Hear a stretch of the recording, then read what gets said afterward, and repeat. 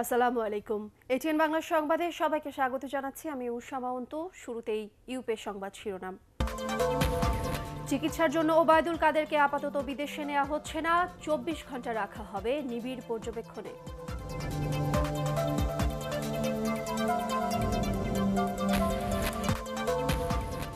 নাইকো দুর্নীতি মামলায় অভিযোগ গঠনের পরবর্তী শুনানি 19 মার্চ। খালেদা জিয়া সহ সব আসামির খালাস চাইলেন ব্যারিস্টার মওদুদ।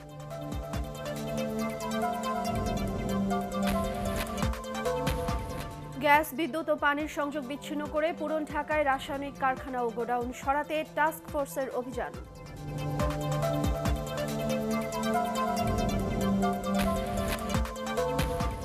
এবং পতাকা বৈঠক করে বান্দরবানের নাইথংছড়ি সীমান্তে আটক মিয়ানমারের সেনা সদস্যকে ফেরত দিল বাংলাদেশ।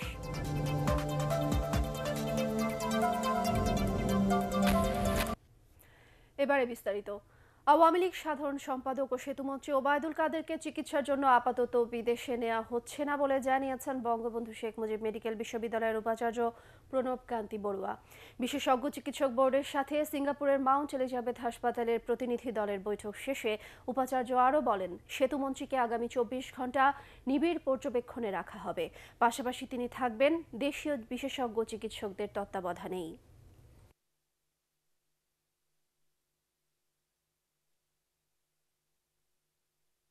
যে ওনার সকাল এবং দুপুরের চেয়ে এখনকার অবস্থার উন্নতি হয়েছে। উনি চোখ খুলে তাকান, উনি উত্তর দেওয়ার চেষ্টা করেন। ওনাকে জিজ্ঞাসা করা হলো পানি খাবেন কিনা, উনি মাথা নেড়ে উত্তর দিয়েছেন এবং হাত পা নাড়ছেন। ওনার প্রস্তাব হচ্ছে উন্নতির ধারা অব্যাহত আছে। সেই জন্য সিঙ্গাপুরের টিমটার সাথে আলোচনা করে আমরা সিদ্ধান্ত নিয়েছি যে আপাতত উনি এখানেই থাকবেন। পরবর্তীতে সময়ের উপর, অবস্থার উপর নির্ভর করে কিন্তু সিদ্ধান্ত নেওয়া হবে। দর্শক, বঙ্গবন্ধু মেডিকেলে রয়েছেন আমাদের সহকর্মী মাহবুব আলম। সরাসরি কথা বলছি তার সাথে। মাহবুব, আওয়ামী লীগ সাধারণ সম্পাদক ওবায়দুল কাদেরের শারীরিক অবস্থার সবশেষ কি তথ্য রয়েছে আপনার কাছে?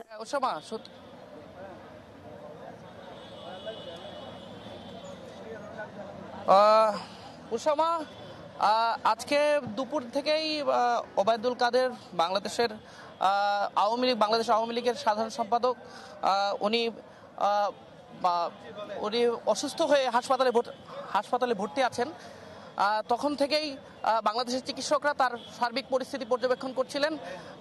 প্রধানমন্ত্রীর নির্দেশনায় সিঙ্গাপুরের মাউন্ট এলিজাবেথ হাসপাতালের 4 সদস্যের প্রতিনিধি দল সন্ধ্যার পর ঢাকায় এসে পৌঁছান এবং তারা বাংলাদেশের চিকিৎসকদের সাথে বসে তার সার্বিক পরিস্থিতির খোঁজ খবর নেন এবং এখন পর্যন্ত সবশেষ সংবাদ সম্মেলনের মাধ্যমে এখানকার কর্তব্যরত চিকিৎসকরা জানিয়েছেন ওবায়দুল কাদেরের অবস্থা এখন পর্যন্ত আগের চেয়ে কিছুটা ভালো হয়েছে। আর পরিস্থিতি, তার শারীরিক অবস্থা ঠিক না হওয়া পর্যন্ত তাকে বিদেশে নেওয়ার প্রয়োজন নেই বলে এখানকার ডাক্তাররা কিছুক্ষণ আগে আমাদেরকে জানিয়েছেন। এছাড়া সিঙ্গাপুরের মাউন্ট এলিজাবেথ হাসপাতালের পাশাপাশি আমাদের পাশাপাশি দেশ ভারতের একদল বিশেষজ্ঞ চিকিৎসক কাল সকালে এসে দেবী শেঠির নেতৃত্বে সকালে এসে পৌঁছাবেন এবং তারাও আওয়ামী লীগের সাধারণ সম্পাদকের স্বাস্থ্যের খোঁজ খবর নেবেন এবং সবশেষ ডাক্তার আমাদেরকে, এখানকার কর্তব্যরত চিকিৎসক আমাদেরকে যা জানিয়েছেন তা হচ্ছে যে তাদের পর্যবেক্ষণ শেষে কাল 24 ঘন্টা অবজারভেশন শেষে হয়তো ওবায়দুল কাদেরকে দেশে নেওয়া হবে না বাংলাদেশে চিকিৎসা দেওয়া হবে। তার শারীরিক পরিস্থিতি বিবেচনা করে সেই সিদ্ধান্ত সবশেষে নেওয়া হবে। অন্তু, এই ছিল এখানকার সবশেষ পরিস্থিতি। মাহবুব, আপনাকে ধন্যবাদ। এর আগে সন্ধ্যায় এক ব্রিফিংয়ে ওবায়দুল কাদেরের শারীরিক অবস্থা স্থিতিশীল বলে জানান চিকিৎসকরা। তবে তারা এও বলেন, বর্তমান অবস্থায় তাকে অন্য হাসপাতালে স্থানান্তর করা সম্ভব না। বিস্তারিত জানাচ্ছেন আদ্দিন সজীব। বঙ্গবন্ধু শেখ মুজিব মেডিকেল বিশ্ববিদ্যালয় হাসপাতালের বাতাসটা যেন একটু ভারী হয়ে গেছে আওয়ামী লীগের সাধারণ সম্পাদক ওবায়দুল কাদেরের হঠাৎ অসুস্থতায়। সকাল থেকেই বারবারই তার শারীরিক অবস্থার শুধু খোঁজখবরই নেননি প্রধানমন্ত্রী শেখ হাসিনা। ছুটে আসেন ওবায়দুল কাদেরকে দেখতে। প্রায় আধ ঘন্টা ছিলেন হাসপাতালে, চিকিৎসকদের সঙ্গে কথা বলেন, সুস্থতা কামনা করেন তার। একে একে এসেছেন রাষ্ট্রপতি আব্দুল হামিদ, স্পিকার শিরিন শারমিন চৌধুরী, স্বরাষ্ট্রমন্ত্রী আসাদুজ্জামান খান কামাল, শিক্ষামন্ত্রী, আইনমন্ত্রী সহ আরও অনেকেই। রোববার ভোরে হঠাৎ শ্বাস প্রশ্বাসজনিত সমস্যা দেখা দিলে তাকে দ্রুত হাসপাতালে নেওয়া হয়। এরপর তার এনজিওগ্রাম করেন চিকিৎসকরা। রিপারফিউশন ইনজুরিটা থেকে উঠে আসতে বেশ কিছু সময় লাগে। তা এখন যদি সেই সময়টুকুতে যদি ওনার হার্টের মাংসগুলো যদি ভালো অক্সিজেন নিউট্রিশন পায় তাহলে রিকভারি ভালো হবে। এটাই আমাদের, এই জন্যই আমরা আশাবাদী করতেছি। কিন্তু তার বিপরীত হইতে পারে, অ্যারিথমিয়া হয়ে পট করে এরকম একটা ইসকেমিক জোন থাকলে পট করে হার্টের ছন্দ পতন ঘটতে পারে। তথ্যমন্ত্রী হাসান মাহমুদ সাংবাদিকদের জানান, সেতুমন্ত্রী ওবায়দুল কাদেরকে সিঙ্গাপুরে নিতে প্রস্তুত তারা। উন্নত চিকিৎসার জন্য তাকে সিঙ্গাপুরে নিয়ে যাওয়ার জন্য আমরা যোগাযোগ করছি।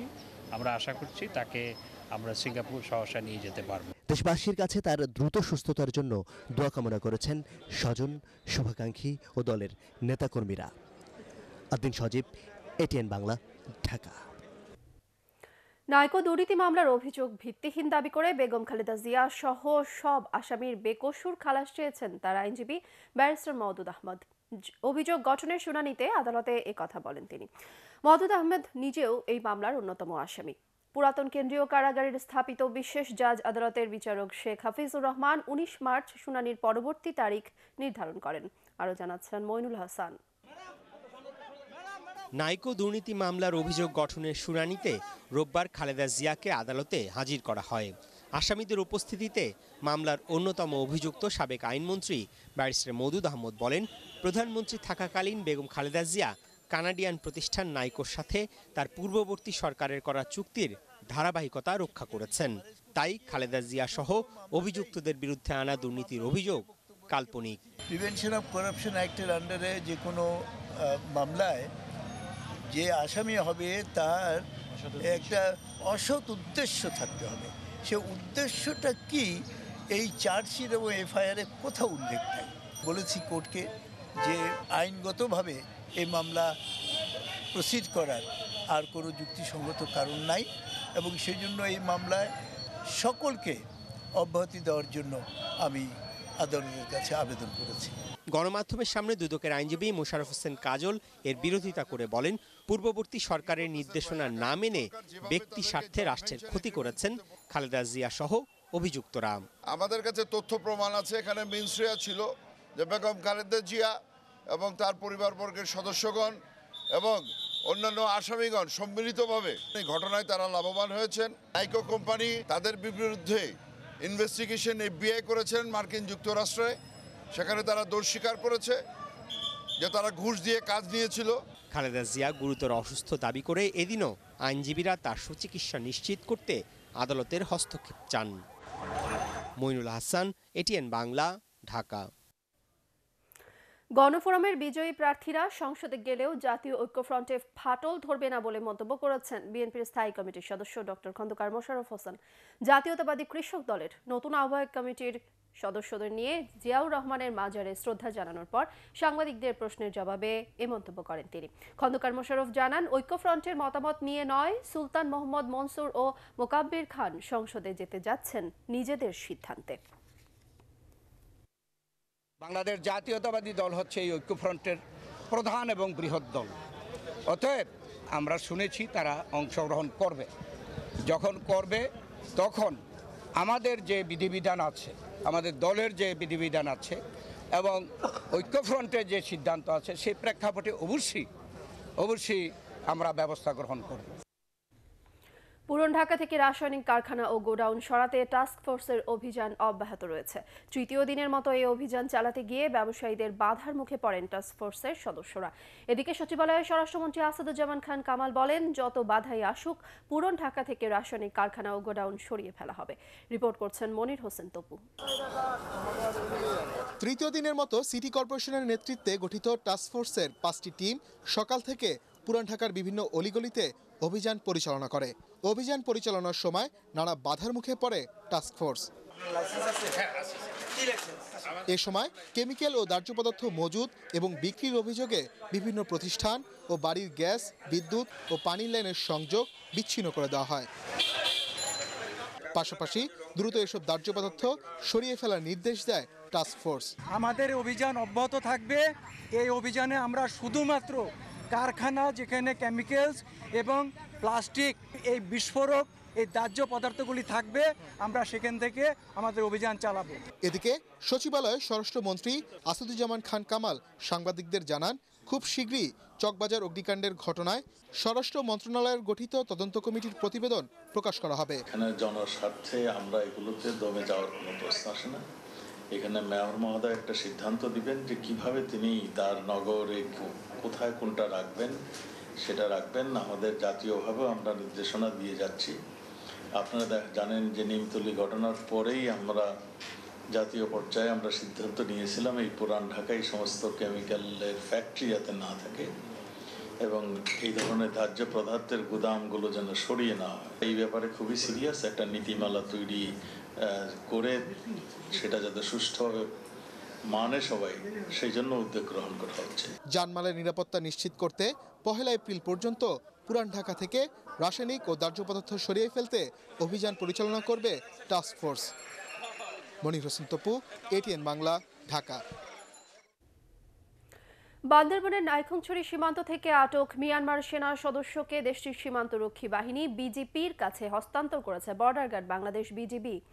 দুপুরে বান্দরবানের ঘুমধুম সীমান্তের 0 পয়েন্টে পতাকা বৈঠকের করে তাকে হস্তান্তর করা হয়। 24 জানুয়ারি বান্দরবানের নাইখংছড়ি সীমান্ত দিয়ে বাংলাদেশে অনুপ্রবেশ করলে স্থানীয়রা ওই সেনা সদস্যকে আটক করে লেম্বুছড়ি বিজিবি ক্যাম্পের কাছে সোপর্দ করে।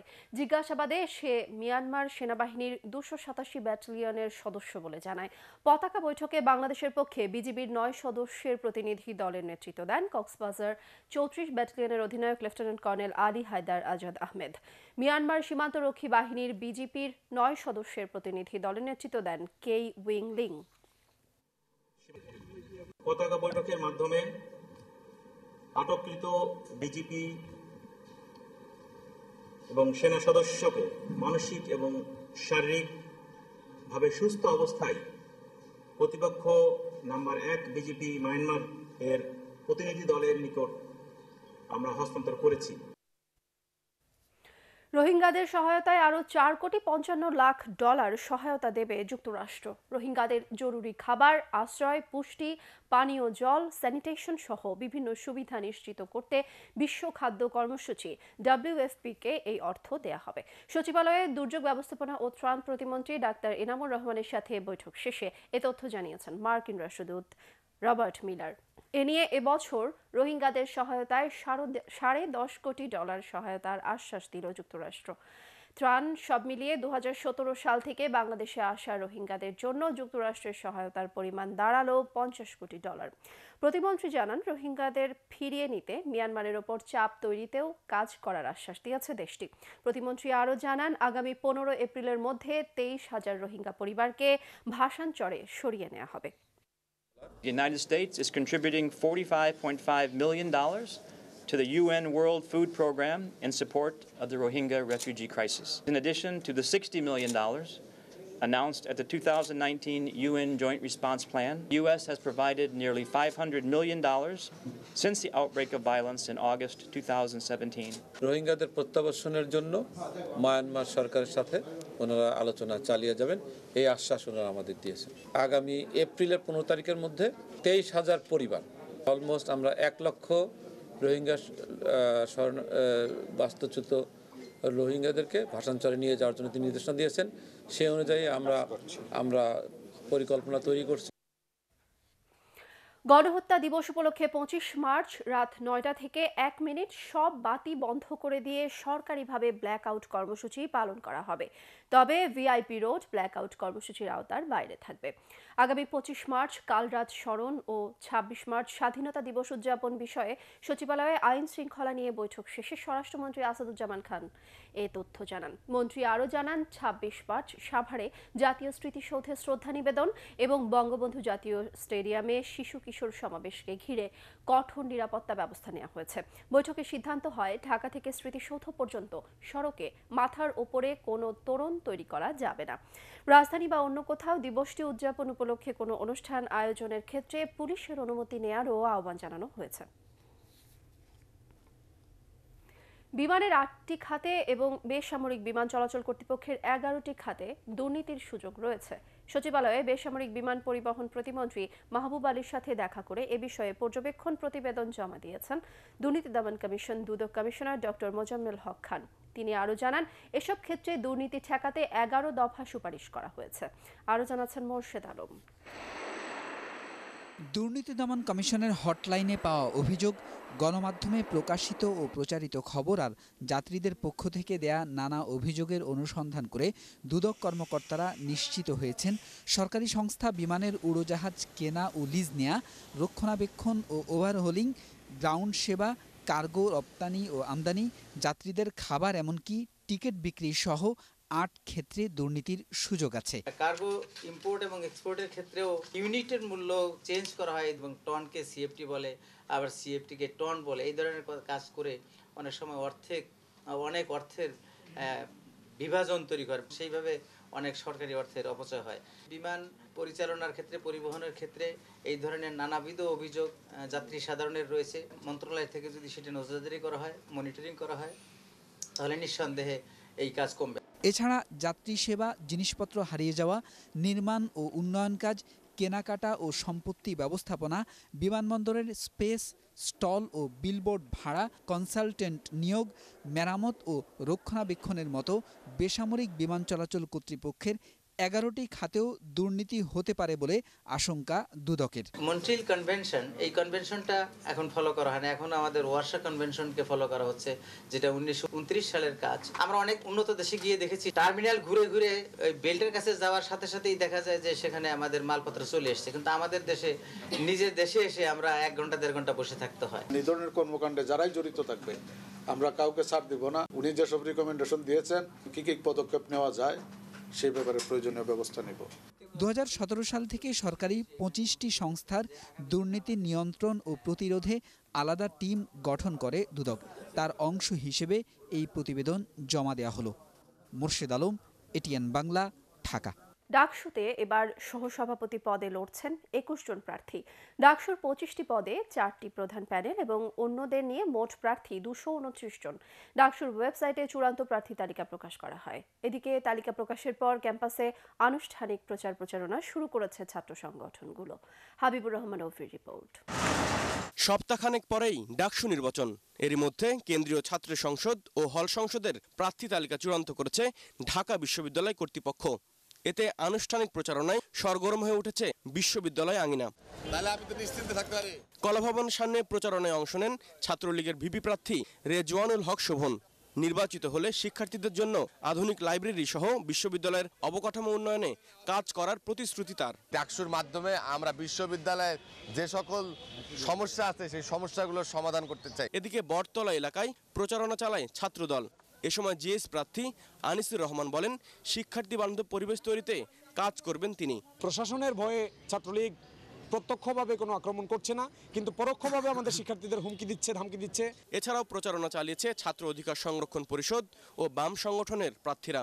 তারা মনে করেন ডাকসু কার্যকর হলে বিশ্ববিদ্যালয়ের দীর্ঘদিনের সমস্যার সমাধান মিলবে। আমরা এমন একজন নেতা চাই যে ছাত্রদের উপর প্রভুত্বগিরি করবে না, ছাত্রদের বন্ধু হবে। মুক্তিযুদ্ধের আদর্শ নিয়ে যে কোনো অতৎপরতা, দমন বা চেতনা ব্যবসায়ী যারা আছেন তাদের বিরুদ্ধে আমরা কথা বলতে চাই। হলে হলে যেটা রাজনৈতিক কর্মসূচির বিনিময়ে সিট দেওয়া হয়, বিভিন্ন রাজনৈতিক দলের ছাত্র সংগঠন রয়েছে তারা ফাও খায় বা চাঁদা নেয়, সেসব কারণে আমরা আশা করি যে ডাকসুতে যদি আমরা নির্বাচিত হই এসব সমস্যাগুলো আমরা দূর করব। আগামী 11ই মার্চ সকাল 8টা থেকে দুপুর 2টা পর্যন্ত একটানা ভোট গ্রহণ করা হবে। বেশিরভাগ সংগঠনের আপত্তি থাকলেও 18টি আবাসিক হলেই ভোট নেওয়া হবে। হাবিবুর রহমান ওভি, এটিএন বাংলা, ঢাকা। চট্টগ্রামে গোয়েন্দা পুলিশের অভিযানে আলাদা 2টি গাড়ি থেকে মোট 700 পিস স্বর্ণের বার উদ্ধার করা হয়েছে।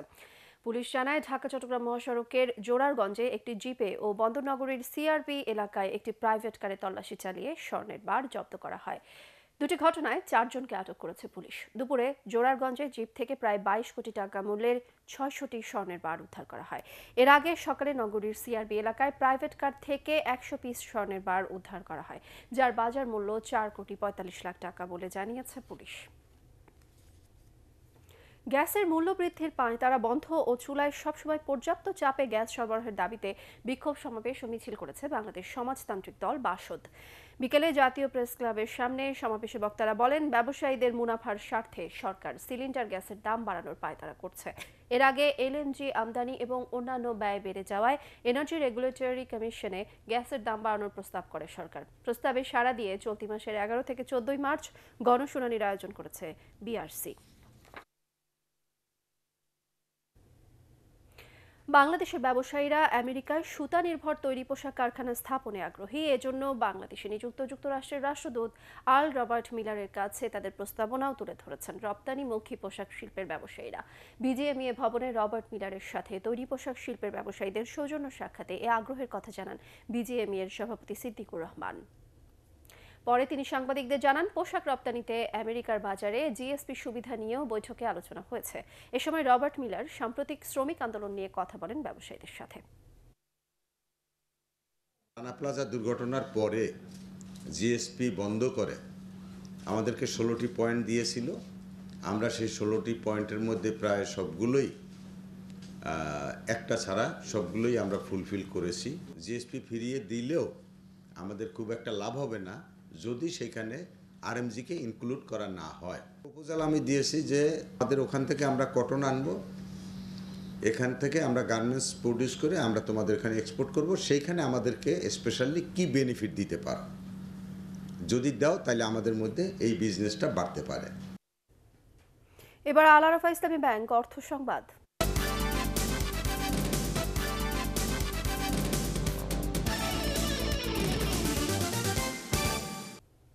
কর আদায়ে কর্মকর্তাদের আরও সততা ও দক্ষতার সাথে কাজ করার নির্দেশনা দিয়েছেন এনবিআর চেয়ারম্যান মোশাররফ হোসেন ভূঁইয়া। শিল্পকলা একাডেমিতে করাঞ্চল 1-এর অংশী জনসংলাপে কথা বলেন তিনি। এ সময় তিনি আরও জানান, অসৎ কর্মকর্তাদের বিরুদ্ধে তদন্ত সাপেক্ষে কঠোর ব্যবস্থা নেওয়া হবে। অনুষ্ঠানে কর আদায় প্রক্রিয়ার বিভিন্ন সমস্যা ও সম্ভাবনার কথা তুলে ধরেন আলোচকরা।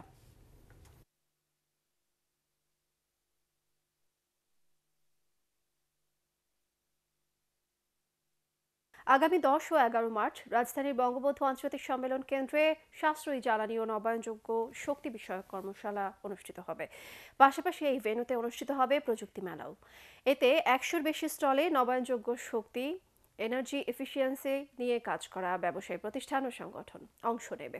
রাজধানীর ইন্টারকন্টিনেন্টাল হোটেলে ইনফ্রাস্ট্রাকচার ডেভেলপমেন্ট কোম্পানি ইটকলের সহকারী প্রধান নির্বাহী কর্মকর্তা মনিরুল ইসলাম এসব কথা জানান। এবার স্ট্যান্ডার্ড ব্যাংক বাণিজ্য সংবাদ।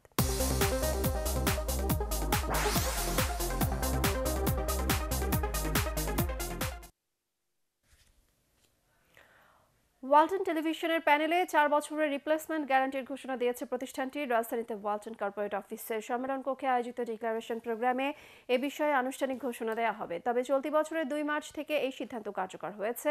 এর ফলে এখন থেকে ওয়ালটনের 32 ইঞ্চি বা তার ঊর্ধ্বে এলইডি টেলিভিশন কেনার পর 4 বছরের মধ্যে প্যানেলে কোনো সমস্যা হলে গ্রাহকদের বিনামূল্যে প্যানেল পাল্টে দেওয়া হবে।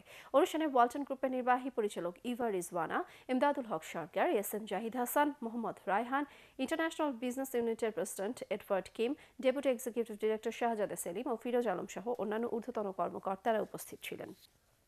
কুমিল্লা অঞ্চলের অডিশনের মধ্য দিয়ে শুরু হলো দেশের সবচেয়ে বড় ইসলামী প্রতিযোগিতা ফ্রুটিকা ইসলামী জিনিয়াসের 4র্থ আয়োজন।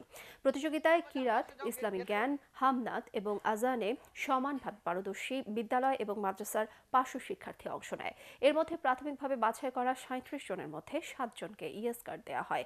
এই 7 জন ঢাকায় অনুষ্ঠিত চূড়ান্ত প্রতিযোগিতায় অংশ নেবে বলে জানান আয়োজকরা। দেশের নবীন শিক্ষার্থীদের মাঝে ইসলামী আদর্শ তুলে ধরতে 2016 সাল থেকে আকিস food and beverage Frutika Islami genius প্রতিযোগিতার আয়োজন করে আসছে। এই প্রতিযোগিতা নবীন শিক্ষার্থীদের মাঝে ইসলামী আদর্শ তৈরিতে ভূমিকা রাখবে বলে আয়োজকরা আশা প্রকাশ করেছে। এবার পার্টেক্স খেলার খবর।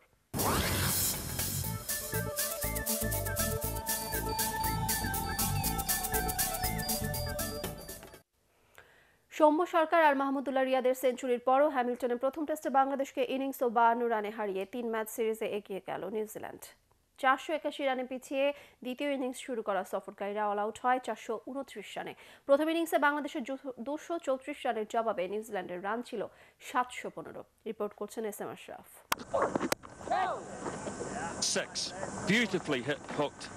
এ যেন রূপকথা, যে গল্পে রাজা দুজন।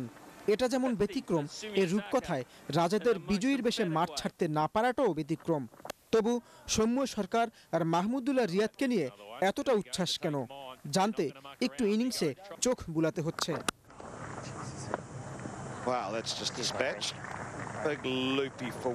আগের দিন 126 রানে 4 উইকেট হারানোর পর কে ভেবেছিল এই ইনিংস তৃতীয় সেশনে গড়াবে?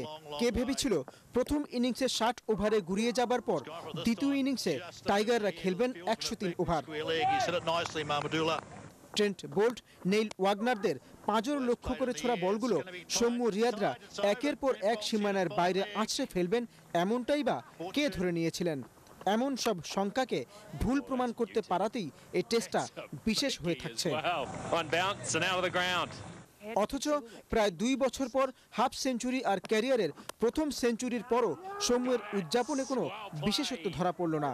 তামিমের দ্রুততম সেঞ্চুরির রেকর্ড ছুঁয়েও তিনি যেন বুঝাতে চাইলেন পুনর্জন্মের গল্পটা সবে শুরু। দেয়ালে পিঠ ঠেকে যাওয়া দলকে সৌম্যের সাথে টেনে নিয়ে মাহমুদুল্লাহ রিয়াদও দেখালেন ক্যাপ্টেন্স নক কাকে বলে। এত সব প্রমাণের দিনে টাইগাররা পায় পঞ্চম উইকেটে তাদের তৃতীয় সর্বোচ্চ 235 রানের জুটি। 16 রানে শেষ 3 উইকেট হারিয়ে বাংলাদেশ আর লিড নিতে পারেনি। তাই পরিসংখ্যান বলবে এটি ছিল ইনিংস পরাজয়। তবে লড়াইয়ের আগেই হেরে না যাবার মানসিকতা দেখানো সৌম্য রিয়াদদের সম্মানটুকু দিতেই হবে। SM Ashraf, ATN Bangla. গ্রুপের শেষ ম্যাচে শক্তিশালী চীনের কাছে 3-0 গোলে হেরে এএফসি অনূর্ধ্ব-16 নারী চ্যাম্পিয়নশিপের বাছাইয়ে রানার্স আপ হিসেবে মূল পর্বে উঠল বাংলাদেশের কিশোরীরা। মিয়ানমারের মাঞ্জালা থিরি স্টেডিয়ামে খেলার 29 মিনিটে পিছিয়ে পড়ে বাংলাদেশ। দ্বিতীয়ার্ধের শুরুতে ব্যবধান দ্বিগুণ করে চীন, আর 53 মিনিটে 3-0 গোলে লিড নেয় চীনের মেয়েরা। বাকিটা সময় আর ঘুরে দাঁড়াতে পারেনি বাংলাদেশ। হারলেও রানার্স আপ হওয়ায় আগামী সেপ্টেম্বর থাইল্যান্ডে মূল পর্বে খেলবে গোলাম রাব্বানী ছোটনের দল। এই জয়ে 3 ম্যাচে 9 পয়েন্ট নিয়ে গ্রুপ সেরা হয়েছে চীন, আর সমান ম্যাচে বাংলাদেশের সংগ্রহ 6 পয়েন্ট। আবারও রেকর্ডের খাতায় নাম লেখালেন বিশ্ব টেনিসের জীবন্ত কিংবদন্তি রজার ফেদেরার। শনিবার দুবাই ওপেনে চ্যাম্পিয়ন হয়ে তিনি দ্বিতীয় খেলোয়াড় হিসেবে ক্যারিয়ারের 100তম শিরোপা জিতলেন। 20টি গ্র্যান্ড স্ল্যামের মালিক ফেদেরার প্রতিযোগিতার ফাইনালে 6-4 গেমে পরাজিত করেন গ্রিসের উঠতি তারকা স্টেফানোস সিসিপাসকে। 70 মিনিটের এই লড়াইয়ে ফেদেরার শুধু 100তম শিরোপাই নয়, দুবাই ওপেনে 8 বার চ্যাম্পিয়ন হলেন। 100তম শিরোপা জয়ীদের ক্লাবে এতদিন একা ছিলেন জিমি কোর্নস। তিনি জেতেন 109টি শিরোপা। এবার তাকে সঙ্গ দিতে সেই ক্লাবে যোগ দিলেন সুইস মহাতারকা রজার ফেদেরার। জাতীয় জিমন্যাস্টিক্সে পুরুষ বিভাগে চ্যাম্পিয়ন হয়েছে বাংলাদেশ আনসার, আর রানার্স আপ হয়েছে বিকেএসপি। এদিকে মহিলা বিভাগের শিরোপা জিতেছে বিকেএসপি ও রানার্স আপ হয়েছে আনসার। আর সেরা খেলোয়াড় হন আনসার দলের সাদ্দাম হোসেন এবং বিকেএসপির নূর আক্তার বানু। 4 দিনের এই প্রতিযোগিতা শেষে এনএসসি জিমনেশিয়ামে বিজয়ীদের পুরস্কৃত করেন যুব ও ক্রীড়া মন্ত্রণালয়ের যুগ্ম সচিব ওমর ফারুক। এ সময় উপস্থিত ছিলেন বাংলাদেশ জিমন্যাস্টিক্স ফেডারেশনের সভাপতি শেখ বশির আহমেদ, সাধারণ সম্পাদক আহমেদুর রহমান বাবলু সহ অন্যান্য কর্মকর্তারা। মিরপুর সেনানিবাসে অনুষ্ঠিত হলো সেনাবাহিনী বাস্কেটবল প্রতিযোগিতার পুরস্কার বিতরণী ও সমাপনী অনুষ্ঠান। প্রতিযোগিতায় 11 পদাতিক ডিভিশন বগুড়া এরিয়া চ্যাম্পিয়ন এবং 19 পদাতিক division Ghatail area runners up হয়েছে। এতে 11 পদাতিক ডিভিশনের ইউপি সার্জেন্ট শফিয়ার রহমান শ্রেষ্ঠ খেলোয়াড় এবং 6 স্বতন্ত্র এডিএ ব্রিগেডের সৈনিক জাহিদুল ইসলাম রিমন শ্রেষ্ঠ নবীন খেলোয়াড়ের গৌরব অর্জন করেন। সমাপনী অনুষ্ঠানে সেনাবাহিনীর chief of general staff lieutenant general Shafiqur Rahman বিজয়ীদের মধ্যে পুরস্কার বিতরণ করেন। এ সময় সেনাবাহিনীর ঊর্ধ্বতন কর্মকর্তারা উপস্থিত ছিলেন। সদর দপ্তর 6 স্বতন্ত্র এডিএ ব্রিগেডের তত্ত্বাবধানে 24 ফেব্রুয়ারি শুরু হওয়া এই প্রতিযোগিতায় 14টি ফরমেশন দল অংশ নেয়। শেষ করার আগে ইউপের সংবাদ শিরোনাম জানিয়ে দেব আরও একবার। চিকিৎসার জন্য ওবায়দুল কাদেরকে আপাতত বিদেশে নেওয়া হচ্ছে না, 24 ঘন্টা রাখা হবে নিবিড় পর্যবেক্ষণে।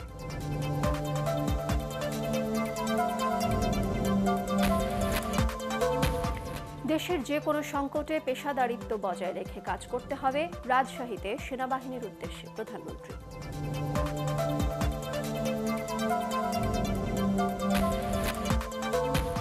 নাইকো দুর্নীতি মামলায় অভিযোগ গঠনের পরবর্তী শুনানি 19 মার্চ। খালেদা জিয়া সহ সব আসামির খালাস চাইলেন ব্যারিস্টার মওদুদ।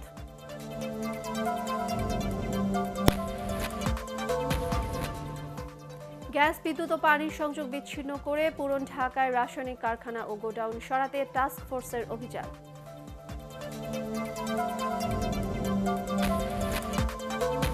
এবং পতাকা বৈঠক করে বান্দরবানে নাইখংছড়ি সীমান্তে আটক মিয়ানমারের সেনা সদস্যকে ফেরত দিল বাংলাদেশ।